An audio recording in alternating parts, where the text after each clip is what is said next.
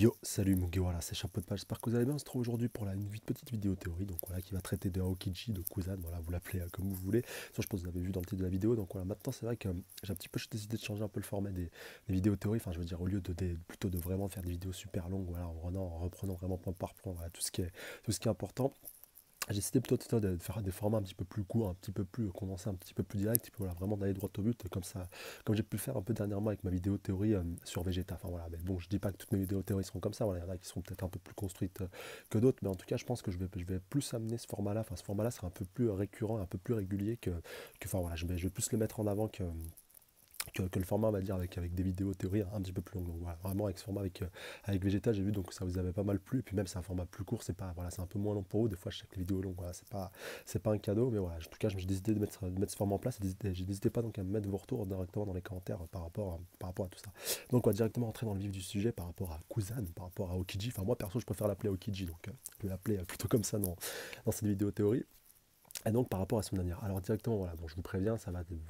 Faut que vous soyez au moins à jour dans les derniers scans de One Piece. Donc au moins au chapitre, bon, bah, le dernier sorti, au moment où on sortira cette vidéo, donc le chapitre 824. Donc voilà, avec pas mal d'événements qui nous ont été appris par rapport à un certain, enfin voilà, par rapport à certains événements qui se passent dans le nouveau monde. Voilà, maintenant c'est bon, voilà, vous êtes avertis, je commence à spoiler. Donc bien entendu, je parle de ce qui s'est passé. À Baltigo, donc avec la destruction du repère d'un révolutionnaire, voilà, du repère millénaire d'un révolutionnaire pendant plus de 1000 ans, si je dis pas de bêtises, quand c'était mentionné dans le journal, et je suis convaincu que la taupe, si vous voulez, ou que enfin, voilà, la taupe, je pense pas que ce soit le terme adéquat, que l'informateur anonyme, pour reprendre ce qui est dit dans le chapitre 824, voilà, après qu'on ait eu les détails par rapport à cette annonce de la fin du chapitre 823, et que donc cet informateur anonyme n'est autre que Kuzan, et que Kuzan est en train de jouer une sorte de double, voire triple jeu. Voilà, c'est vraiment, t'as vraiment l'impression que c'est un espion maintenant, mais je pense quand même qu'il est à la solde ou qu'il est affilié aux révolutionnaires, même s'il doit avoir, bien sûr, il a ses objectifs personnels qui lui sont propres, voilà, comme c'était le cas lorsqu'il était un marine, mais je pense qu'il a sa vraie allégeance, sa vraie affiliation, c'est envers tout simplement vers les révolutionnaires, même s'il a encore des contacts avec la marine et avec l'équipage de Barbe Noire, donc auquel il est officiellement affilié. Voilà. Donc je vais essayer de vous développer tout ça assez rapidement, donc déjà, bon, pour que ce soit bien clair. Est-ce que vous voyez vraiment, voilà, objectivement, remettez-vous à Aokiji dans votre tête, voilà, remémorez-vous assez rapidement, voilà, je vais vous aider un petit peu pour ceux qui auraient un peu de mal. Aokiji, tout ce qu'on a vu faire depuis le début du manga, parmi les marines, c'est un des personnages qui est le plus apprécié, et à juste titre, voilà, parce que enfin, voilà, déjà des trois grands amiraux, c'est forcément le plus apprécié, vu que c'est le plus light, le plus gentil, le moins dur, voilà, le moins, on va dire, le plus laxiste et le plus pacifiste. De toute façon, ça a été affirmé. De toute façon, t'as Akainu on va dire, qui est la force dure. T'as Kizaru qui est un petit peu la force modérée. Puis t'as Aokiji, donc qui est plutôt la force laxiste, enfin, pour ce qui est de diriger ou de gouverner, enfin, voilà, de manière globale, voilà, par rapport à la marine. Et donc par rapport à Aokiji, comme on a pu le voir, voilà, par rapport à son passé commun qu'il a avec Robin, par rapport à Ohara, donc voilà, même s'il y a eu le boss Torko à Ohara, il a quand même décidé de sauver Robin, enfin voilà, pour que ce dernier fragment du siècle oublié ne soit pas tout simplement effacé ou rompu, parce que s'il avait tué Robin à Ohara, voilà, le siècle oublié aurait littéralement disparu de l'histoire, enfin voilà, et plus personne n'aurait été capable, ou aurait été en mesure tout simplement de lire les poneglyphes, et donc voilà, il a quand même malgré tout, il a apporté sa petite pierre à l'édifice pour permettre donc l'émergence et l'éclatement qui va arriver très certainement vers la fin de One Piece par rapport à la vérité du siècle oublié. Donc par rapport à ça, déjà, Aokiji il a un rôle très important. Après, par rapport à la suite, comme on a lu, comme quand il est apparu pour la première fois après le Devi Backfight, lorsqu'il a rencontré l'équipage des Mugiwara, donc voilà, qu'il a maîtrisé assez rapidement, ou même voilà, à un moment, je crois qu'il voilà, il avait décidé d'affronter en un contre un Luffy pour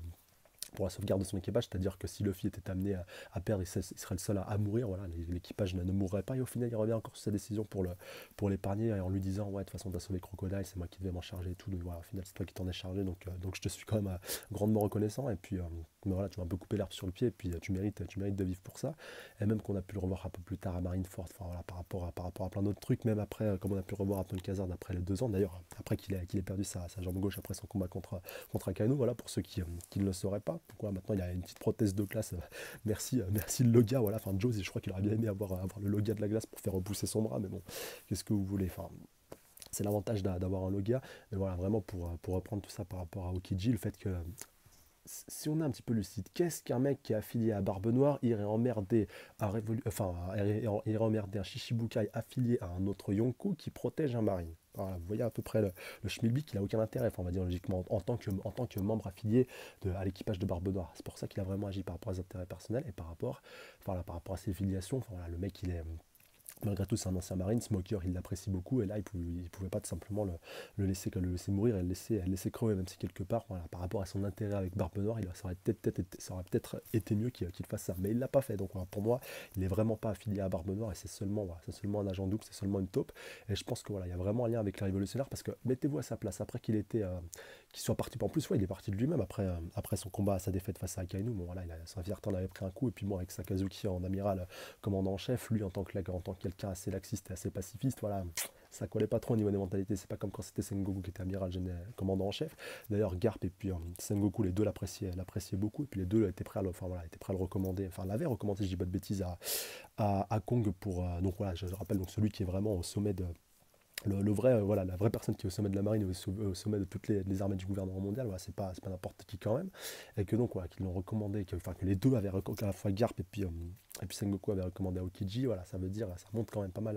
mal de choses, et ça explique aussi pourquoi Garp, et puis justement, voilà, Garp est un peu plus en retrait, je crois que je sais même plus s'il s'occupe encore de l'entraînement des jeunes à l'heure actuelle, vu qu'on l'a pas encore revu dans le Nouveau Monde, mais voilà, Sengoku par exemple, il est beaucoup plus en retrait, enfin voilà, limite il est à sa retraite, enfin il est à marine un petit peu, enfin voilà, 2.0, enfin il est plus autant actif qu'il pouvait l'être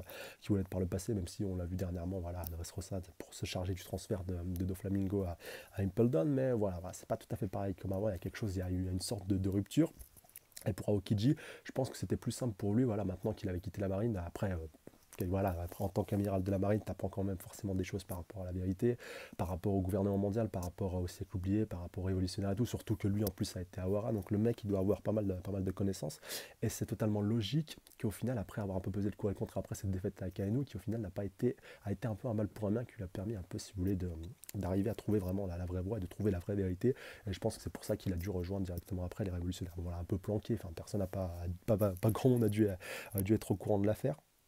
Et je pense que c'est à partir de là, donc il a dû forcément un peu converser avec Dragon et puis avec Ivankov, et donc il a dû penser que ce serait bien que quelqu'un comme lui puisse infiltrer l'équipage de Barbe Noire, et ça fait écho avec le repère de Baltigo qui a été trouvé justement comme par hasard par un membre de l'équipage de Barbe Noire. Enfin voilà, vous voyez un petit peu vous voyez un petit peu le tout, parce que Dragon c'est un mec qui est loin d'être con, le mec il est hyper intelligent, et je suis prêt à mettre ma main à couper que tout ce qui est en train de se passer, le fait que ce repère soit découvert par un membre comme par hasard de l'équipage de Barbe Noire, c'était voulu, et que bien entendu Aokiji n'y est pas pour rien, et que justement le fait qu'il ait informé la marine par rapport à tout ça, et puis même le cipher Paul, le Spizio, enfin voilà, même lui il devait peut-être avoir les coordonnées pour pouvoir les contacter directement. Bien sûr, je pense pas qu'il ait contacté directement à Kainu, vu qu'à Kainu, quand il allait voir le gros Sei à la fin de l'arc de Dressrosa par rapport à justement ce qui est en train de se passer à Baltigo, au fait que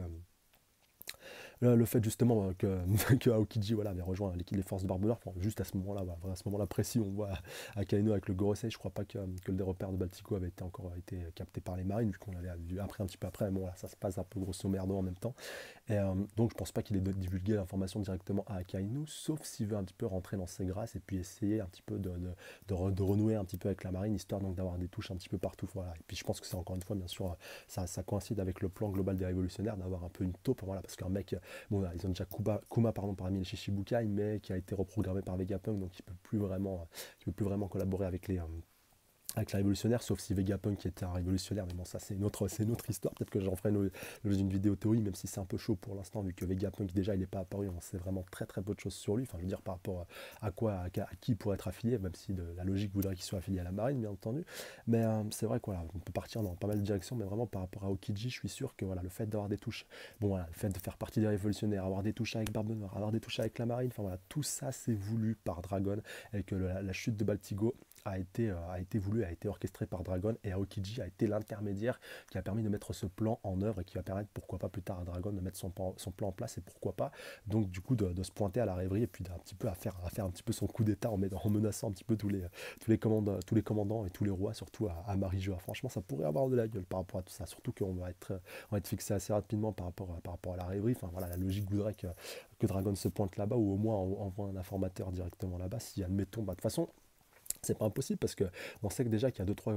il y a deux, trois gouvernements, deux, trois pays qui sont déjà tombés aux mains des révolutionnaires, et nul doute que parmi les pays qui sont encore affiliés au gouvernement mondial, certains sont déjà dans l'ombre, bien entendu, déjà réaffiliés, je pense, aux révolutionnaires, et que voilà, certains vont pouvoir peut-être informer Dragon de tout ce qui va se passer à la rêverie, que tôt ou tard, peu importe par qui, il apprendra ce qui s'est passé, ce qui a été décrété à la rêverie, et que ça lui permettra de programmer son plan pour un peu plus, si vous voulez, préparer cette grande bataille finale, cette grande guerre finale, je pense, qui va opposer révolutionnaire révolutionnaire et puis très certainement pirate, voilà, qui partagent à peu près la même idéologie, donc très certainement Shanks et puis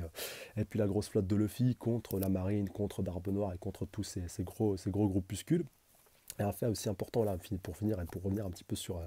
Aokiji, je pense que par rapport à la fin de, par rapport un peu par rapport à la fin de One Piece et aussi par rapport à tout ce qui a été dit, voilà, par rapport à Burgess au Colisée Corrida qui disait voilà, par Denden Mushi à Barbe Noire qu'il n'avait pas confiance en lui, et Barbe Noire qui lui dit oui mais t'inquiète pas, chez lui aussi au début tu lui faisais pas confiance et tout, et puis au final t'as bien vu que le mec il était loyal, que voilà, vraiment je pense que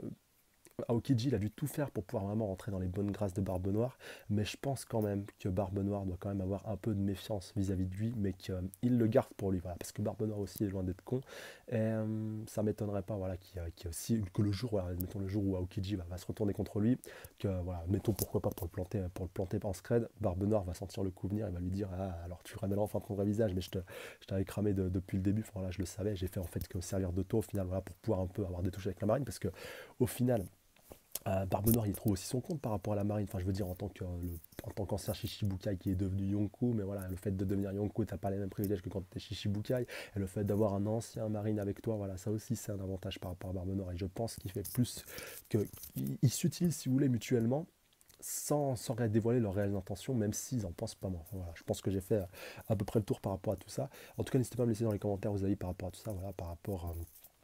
au rôle central de Kuzan que vous voyez dans la suite de One Piece. Dites-moi si vous êtes d'accord avec moi, si vous pensez qu'il est vraiment affilié à Barbe Noire ou alors que non, c'est tout simplement qu'il a d'un commun accord avec la marine, qu'il a tout simplement décidé de s'infiltrer au niveau de l'équipage de Barbe Noire, voilà, qui n'a rien à voir avec la révolutionnaire, mais quand même j'en doute. Enfin, voilà, le fait que Baltigo, pour moi, ça a été vraiment l'élément clé, voilà, qui m'a permis de faire le déclic, surtout que cette vidéo théorie, je l'avais prévue depuis pas mal de temps. D'ailleurs, merci à Raphaël Vieira qui m'avait demandé il y a déjà un petit moment déjà de faire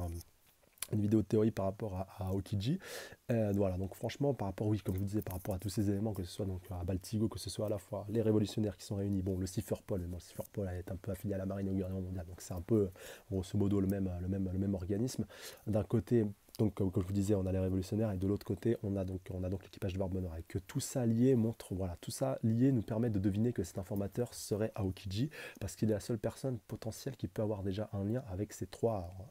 touches, voilà, logiquement. En tout cas, n'hésitez pas à me dire, comme je vous disais, par rapport à ça, par rapport à cette théorie, si elle vous a plu, voilà, si elle vous a convaincu, et surtout de me donner votre avis par rapport à Aokiji et par rapport au rôle qu'il pourrait avoir, pourquoi pas sur la fin de One Piece. Voilà, c'est vrai que j'en ai pas parlé, mais je pense que voilà, il se réfilera peut-être à la grosse flotte, à la grosse armada, à la grosse armée qui va peut-être se créer entre Luffy, pourquoi pas, les révolutionnaires, et puis Shanks, pourquoi pas, on va dire tous les gentils dans le même groupe, dans le même bloc, qui veulent faire changer les choses contre le groupe un peu mis en place du gouvernement mondial avec les pirates qui leur sont affiliés. Enfin voilà, dites-moi dans les commentaires aussi, encore une fois, par rapport à tout ça. Encore une fois, comme d'habitude, mettre un petit pouce bleu, commenter, partager, surtout vous abonner à la chaîne si ce n'est pas déjà fait pour plus de reviews. N'hésitez pas à aller checker la page Facebook, le lien est dans la description. Voilà, en tout cas, moi je pense que j'ai fait à peu près le tour. Encore une fois, un grand merci à vous les abonnés, à la fois les anciens comme les nouveaux, comme les futurs. Franchement, vous êtes les best, vous êtes les tops, et franchement, je vous embrasse très très fort. Sur ce, je vous dis à dans 2 semaines pour une vidéo théorie sur One Piece, et puis à la semaine prochaine pour le retour d'Escale. Voilà, n'hésitez pas à aller mater, donc comme je vous disais là, enfin je vous l'ai pas encore dit, mais donc la vidéo prédiction donc du chapitre 825, donc sortira la semaine prochaine, voilà, que j'ai sorti déjà hier, si c'est pas déjà fait, voilà, le lien je vous le mettrai aussi dans la description. Allez, sur ce, je vous laisse, à la semaine prochaine, prenez soin de vous, salut à tous. Sayonara.